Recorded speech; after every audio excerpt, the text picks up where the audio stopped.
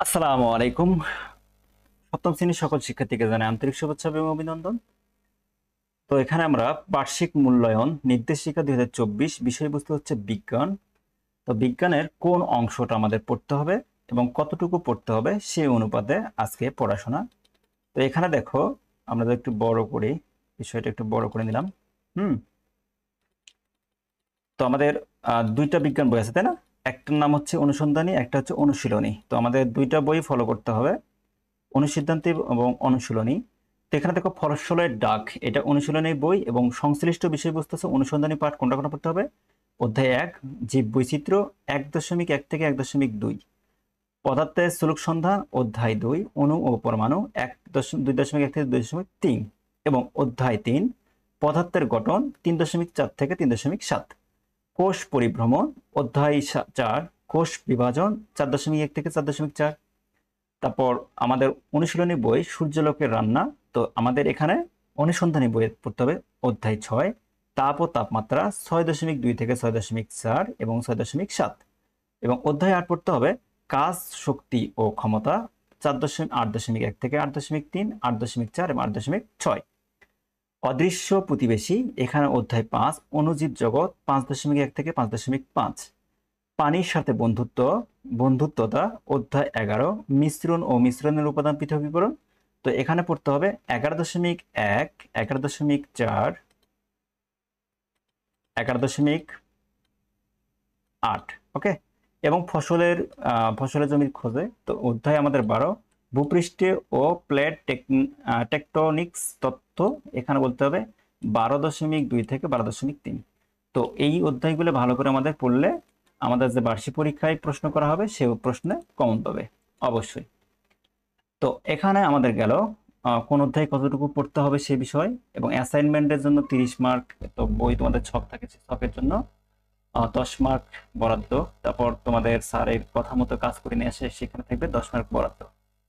তো তোমাদের যে আহ, একটা প্রশ্ন হবে, যে প্রশ্নটা এখানে বলা আছে নমুনা প্রশ্ন, স্যাম্পল কোশ্চেন যেটাকে বলাবো আমরা।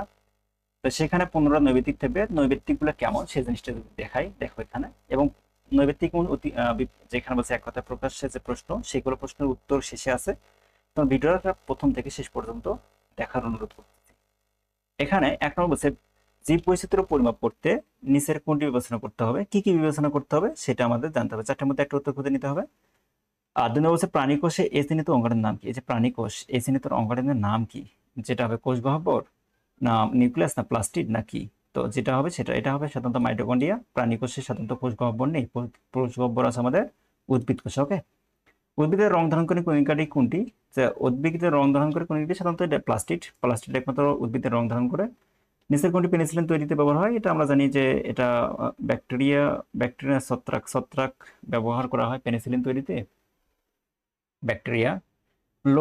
লোহার প্রতীক কোনটি? লোহা শব্দ তো আয়রন, এটা এখানে উত্তর হবে এটা। যে বস্তুতে অন্য বস্তু দ্রবীভূত করা হয় তাকে বলা হবে দ্রব্য। যে বস্তু অন্য বস্তুকে দ্রবীভূত করে সেটাকে বলা হবে দ্রাবক, সেটাকে বলা হবে দ্রাবক। অর্থাৎ পাললিক শিলা কোনটি? এটা পাললিক শিলা হচ্ছে আমাদের কয়লা হতে পারে, এটা আমার সঠিক জানা নেই, এটা আমাদের শেষে বলা আছে। ক্ষমতার একক কোনটি? ক্ষমতার একক হচ্ছে ওয়াট। যাই হোক, তোমরা হয়তো জানো এগুলো সব। তা হচ্ছে তাপমাত্রা কোন একক বেশিরভাগ দেশে ব্যবহৃত হয়, যেটা উত্তর হবে সেটা। তা বলছে পদার্থের মৌলিক কণিকা নয় কোনটি, যেটা উত্তর হবে সেটা। তারপর এখানে বলছে 11 নম্বর বায়ুমণ্ডলের কোন গ্যাস গ্রিনহাউস সৃষ্টিতে বেশি ভূমিকা পালন করে। তো এখানে যা উত্তর হবে সেটা লিখতে হবে। এভাবে আমাদের 15টা প্রশ্ন উত্তর দিতে হবে। তবে 1 নম্বর প্রশ্ন কিভাবে আসে দেখো, দুধ কোন ধরনের প্রকৃতির মিশ্রণ। তারপর 2 নম্বর বলছে বিশেষ ব্যবস্থা যেসব পদার্থ বিদ্যুৎ পরিবহন করে তাকে আমরা কি বলবো। তো এটা প্রশ্ন, এবং এভাবে প্রশ্ন আমাদের উত্তর দিতে হবে। একটা করে প্রশ্ন উত্তর 1 মার্ক। তো 10টা থাকবে, 10 মার্ক উত্তর দিতে হবে।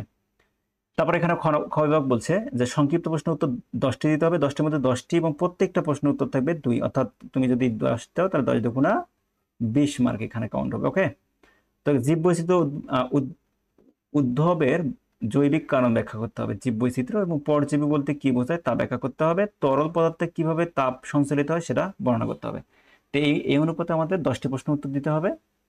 তারপর গ বিভাগ বলছে যে দৃশ্যপটবিহীন বা প্রেক্ষাপটবিহীন 3D থাকবে, 3 5 15।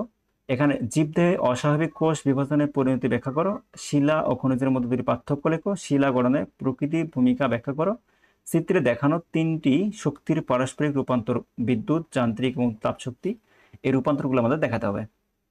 5টা মধ্যে 3টে উত্তর দিতে হবে এবং দেখো যে কোনো 5টা উত্তর দিতে হবে, এখানে 7টি থাকবে, তার মধ্যে 5টি এটা আমাদের একটা উদ্দীপক, উদ্দীপক অনুসারে ক এবং খ উত্তর দিতে হয়। তারপর এখানে 2 নম্বর বলছে এটা উদ্দীপক, ক এবং খ অনুপাত এই অনুসারে দিতে হবে। তারপর এখানে 3 নম্বর একটি জীবাশ্ম জ্বালানি, এখানে এটা একটা উদ্দীপক, এটা একটা উদ্দীপক, সেই অনুপাতে ক এবং খ উত্তর দিতে হবে। তারপর এটা উদ্দীপক, ক এবং খ উত্তর আমাদের দিতে হবে 5 নম্বর। তো তোমাদের এই যে উত্তরগুলো আমরা পরবর্তীতে নিয়ে আসবো। তোমরা সাথে থাকো, চ্যানেল নতুন হয়ে থাকলে সাবস্ক্রাইব করে অল বাটনে প্রেস করে দাও এবং লাইক দিতে একটি ভুলো না।